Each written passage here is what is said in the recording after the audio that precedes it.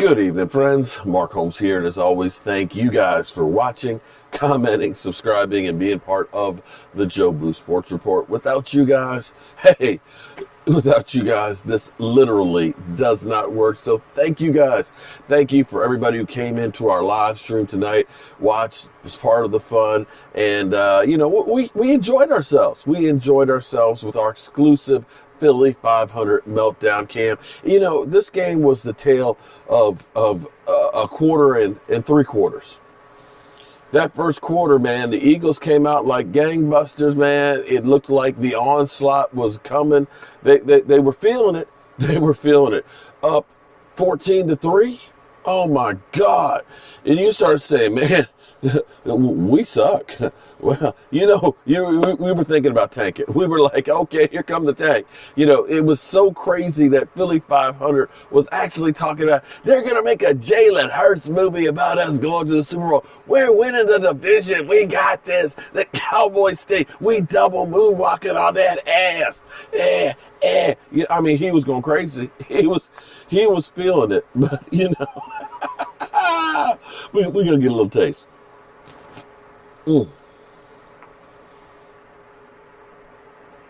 And then to have the Washington football team lay an egg. Ooh, boy. We literally, I don't want to pat myself on the back, but I told you guys what was going to happen. Didn't I say, if you're a conspiracy theorist person, if you believe that the NFL has any control over this, if you're the NFL, you want drama. You want drama.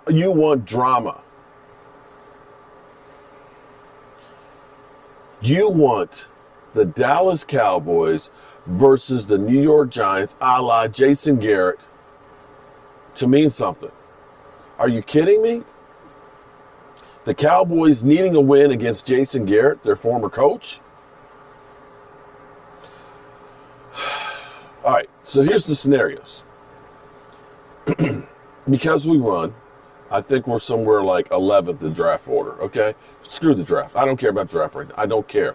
I would rather end the season on a 4-game winning streak, feeling good about myself, and then we'll see what happens in the draft. Because here's the thing. We've seen the Giants every year since 2016 in the top 5 in the draft. And what have they done? What do they have to show for it? What do the Giants have to show for it picking high in the draft every year? They stink. They suck.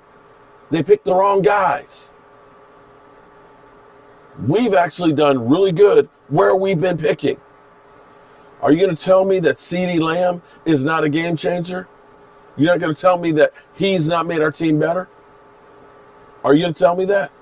Are you going to tell me that Diggs, who got another interception, I believe that's 3 on the season, who we got in the second round, late in the second round at that, that you're not going to tell me that he wasn't a great player for our team?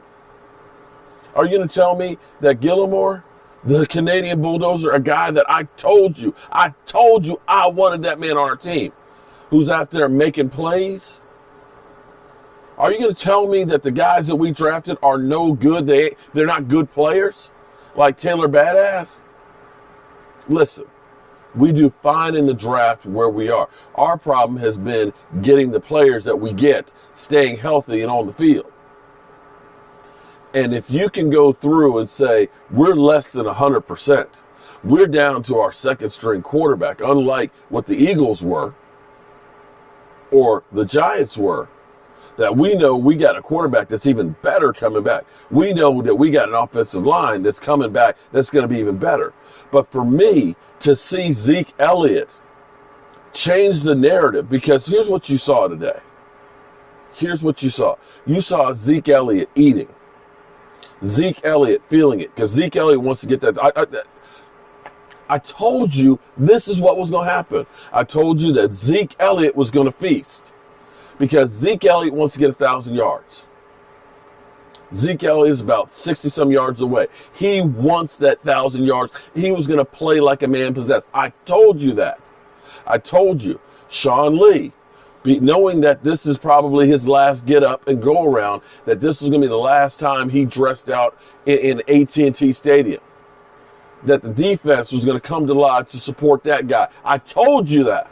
I told you that the Dallas Cowboys were going to kick in the Eagles' teeth. Because to set up Jason Garrett versus the Dallas Cowboys.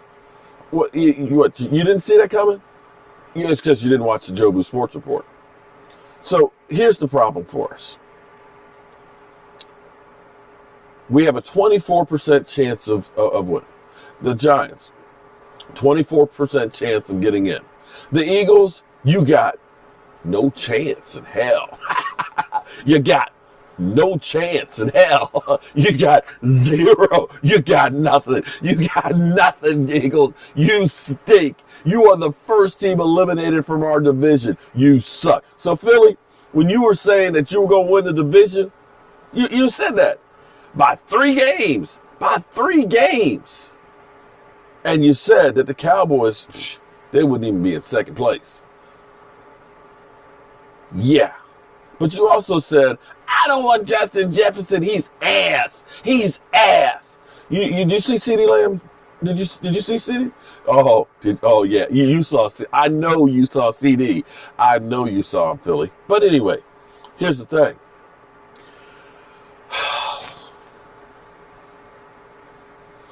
The only way we get in is for the Eagles, after getting their teeth kicked in by the Dallas Cowboys, after looking like ass at 4 o'clock, actually having something to play for, get toasted by the Dallas, not only toasted, to get tattooed, to get double moon, and I'll say triple moonwalked on by the Dallas Cowboys. Knowing that next week when they play the Washington football team, that if they win, it's doing the Cowboys a favor. I'm not so sure that the Eagles aren't packing it in right now saying, oh, no, we're not helping the Cowboys. We're not helping the Cowboys. Screw that. That they're packing their golf clubs in the car as we speak because they've already checked out. So for us to make the playoffs, we have to have the Washington football team lead. Now, here's the interesting part.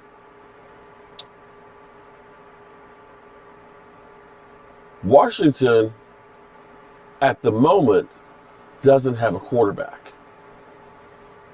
They're relying on Alex Smith to get back. If Alex Smith doesn't get back, it's going to be hard to see Washington do much.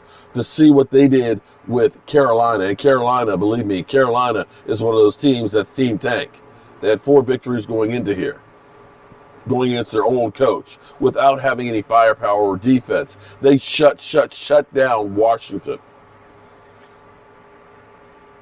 Alex Smith has a calf injury that they don't have any clue as to how long it's going to take for it to heal. Because the calf muscle that's hurt, they took a chunk of meat out of it to use for the other leg that was destroyed.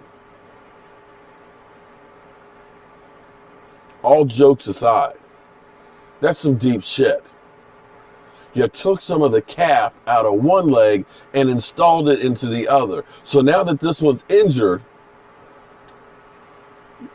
they don't know right now if there's a chance for him to play or not. They won't know till later on in the week. So, of course, there's that drama situation. So in order for the Cowboys to go from maybe the 11th pick, end up being the 19th pick, and being a playoff team, we're depending on the Eagles. And, of course, ourselves to beat the New York Giants. This season comes down to,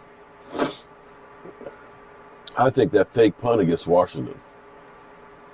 I think if we hadn't fake punted that ball, I think we had a good chance to win that game. But that game, to me, lost that game.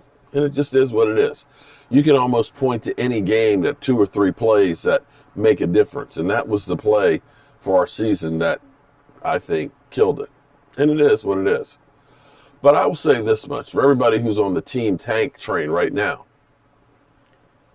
The way the Cowboys won, a lot of people go through and say, oh, Andy Dalton, forget that. Andy Dalton, man, look at that, 3 touchdowns, 377 yards. Man, we won because Andy Dalton showed up. Well, Andy Dalton played a good game. And not to throw shade at Andy Dalton, but there were some plays that, like that Blake Bell one, he had to almost be Manute Bowl to reach up and get the pass. On some of the ones to CD, they were kind of behind. The receivers made great plays on the ball. Now, Andy, on one of those drives, was pinpoint accurate. I was like, damn, was that Andy Dalton? Or somebody else getting his uniform? Andy Dalton played a good game. I loved it. But, everybody played a good game there. The offensive line didn't have a whole bunch of penalties. The offensive line opened up some holes for Zeke Elliott. Zeke Elliott moved better than he has and did not fumble the football. Zeke was eating. Zeke over 100 yards. Your defense got pressure on the quarterback. They still gave up a lot of yards. They didn't give up a lot of points. They bend and didn't break. But you saw a guy like Randy Gregory. You all of a sudden have to be, oh my God. Randy Gregory. Oh my God. Randy Gregory was out there kicking ass. You saw D-Law, tackles for losses. You saw Aldon Smith living in the backfield. You saw quarterbacks getting interceptions, covering guys. We saw special teams making field goals and getting us good yardage on kick returns. You saw a complete team effort. Now here's the thing. Team tank. Team tank. Here's the thing. The team is playing better than it had any part of the year. We got a 3-game win streak. We destroyed the Eagles. We beat the 49ers, you saw what they did last night to the Cardinals, right? They're not an awful team. They shut down the Cardinals. They got a victory. And I know Cincinnati, but Cincinnati all of a sudden, Cincinnati's playing pretty good football too. Didn't Cincinnati beat the Steelers? Now, I know the Steelers look bad, but they came back and they got a win today. But that's a 12-win team. We were toe-to-toe with the Steelers. Hypothetically, if the Cowboys get a win against the Giants and the Washington football team ends up losing, and by chance you get in the playoffs, you're now talking about a team that got hot. I'm not saying that we're good like, say, Kansas City or Green Bay or something like that, but you never know what momentum might do for you. You're now facing a team on defense that's learning how to put some pressure on a quarterback and get some hits on them. And you never know. It could be that you play a Tampa Bay. Tampa Bay sometimes has been hot and cold. But the one thing I can say if you happen to play a Tampa Bay is the one thing that Tom Brady can't stand is pressure in his face. And now, with the Randy Gregory, with the Canadian Bulldozer, you can start doing that. And I won't put it past having a good game or two. I'm just saying. 3 weeks ago, did you see us winning 3 games in a row? I bet you didn't. Well, that's the crazy thing about football. Teams get on a hot streak at the right time. I remember that New York Giant team that we're playing this week that made it into the playoffs as a wild card team. We were sitting around with the number 1 seed, and they came to our house and kicked our teeth in on the way to winning the Super Bowl. Just saying. So I'm going to enjoy this because it's been a long time since I felt good about my team. And to have a win that I can be happy about, and for at least a week, I can feel good about my Dallas Cowboys. No. I'm going to feel good for the rest of the offseason because we kicked that Eagle ass when it counted, Eagles. I know none of you guys are listening. I know all you Eagle cockroaches have run away because that's how you do. You're fair weather fans. But you know what? Had my Cowboys got the teeth kicked in right now, I'd probably be out here right now, maybe bending the knee to Philly 500 and taking Joe Boo's head off. But we didn't. So I'm giving you the grief. All right, y'all. Thank you guys again for being part of the Joe Boo Sports Report. We'll be back tomorrow night live at 9 o'clock Eastern talking about what else? Playoffs. Playoffs? You're talking about playoffs? I'm just trying to win a game here. That's right. We'll talk about playoff possibilities. And we'll be giving it to the Eagle fans just a taste as we turn our focus to you, Cop Pizzle. I got something for you, Cop Pizzle. We're coming for you, brother. We're coming for you.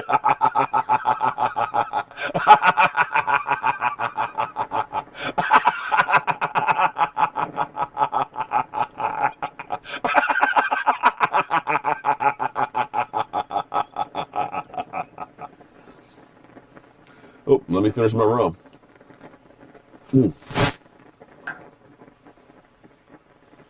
That's some good stuff there. Woo, Nelly. How about them Cowboys?